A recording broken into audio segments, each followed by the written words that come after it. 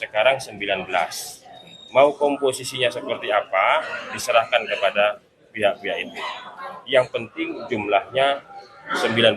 Untuk selanjutnya Pak, itu kan besok penyampaian permohonan dari para pemohon aja ya agendanya. Ya, betul. Kalau untuk nanti ketika menghadirkan saksi itu seperti apa dan berapa nanti iya. Ada batasan jumlah saksi nggak? Jadi ini urut-urutannya dulu kita mendengarkan permohonan para pemohon dulu kan.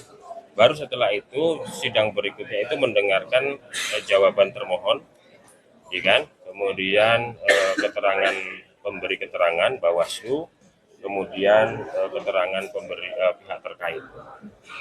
Nah, nanti pada gilirannya mungkin minggu depan nanti kita cek lagi itu pemeriksaan saksi dan ahli, itu kan masing-masing semua.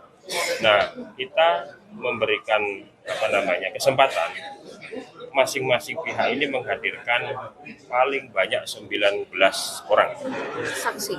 19 orang itu kalau semula kesepakatan Mahkamah Konstitusi itu 15 ahli, 15 saksi, 2 ahli.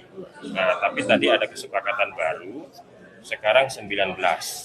Mau komposisinya seperti apa diserahkan kepada pihak-pihak itu. Yang penting jumlahnya 19 atau tidak lebih dari 19.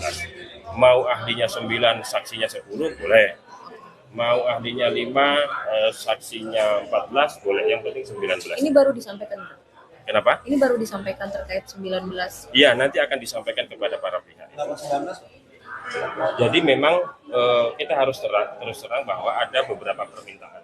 Ya, jadi ketika kita menyampaikan kemarin di dalam bagian dari layanan registrasi kemarin, kita sampaikan kalau saksi itu 15, ahli 2. Lalu setelah itu ada permintaan, ada berkirim surat kepada Mahkamah Konstitusi untuk menyampaikan lebih dari itu.